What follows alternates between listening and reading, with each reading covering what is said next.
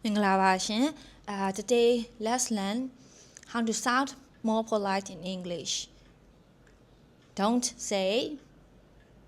give me water. Say could I have some water? Don't say send me the file. Say could you send me the file? ကဲအဲ့တော့ဟုတ်လားဒီ give me water ဆိုတာကကျတော့ငါ့ကိုရေးပေးဒါမှမဟုတ်ငါ့ကိုရေးပေးစမ်းလို့ပြောလိုက်တဲ့နည်းနည်းအမိတ်ပေးတဲ့ပုံစံပေါက်တယ်ပေါ့နော်အဲ့တော့ could I have some water လို့ပြောလိုက်ခြင်းအပြင်ဟုတ်လားကိုကရေးတောက်လို့ရမလားဆိုပြီးတော့မှကိုကအဲ့လိုမျိုးသူများလုပ်ပေးခြင်းအောင်ပေါ့နော်သူများကိုရေးတိုက်ပေးခြင်းအောင်လို့ပြောလိုက်တဲ့ပုံစံလေးပဲเนาะအဲ့တော့ could I have some water เนาะကိုနဲ့ပတ်သက်ပြီးတော့မှတခုခုဟာလာအဲ့လို request လုပ်ချင်တယ်เนาะအခါကြလို့ရှိရင် could I နဲ့စပြီးတော့မှပြောရမှာဖြစ်တယ်နောက်တစ်မျိုးကဘာလဲဆိုလို့ရှိရင်ခုနကပြောလိုက်တာ send me the file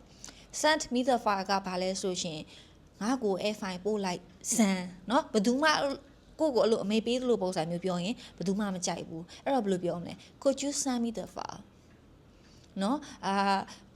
file လေးပို့ပေးလို့ရမလားเนาะအဲ့လိုတစ်ဖက်ကိုကွာယဉ်ကျေးကျေးလေးကွာဘယ်လိုခေါ်မလဲတောင်းဆိုလိုက်တဲ့သဘောပေါ့เนาะအဲ့တော့ could you send me the file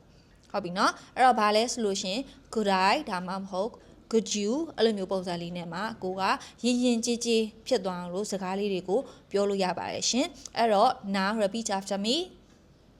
could I have some water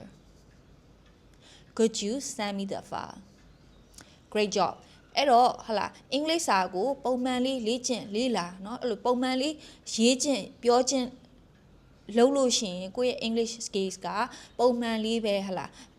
ဒီထောက်လျှောက်ပေါ့เนาะတဖြည်းဖြည်းမြင့်တက်လာမှာဖြစ်ပါတယ်ရှင်အဲ့တော့ try to be more polite sound professional and improve your English step by step have a nice day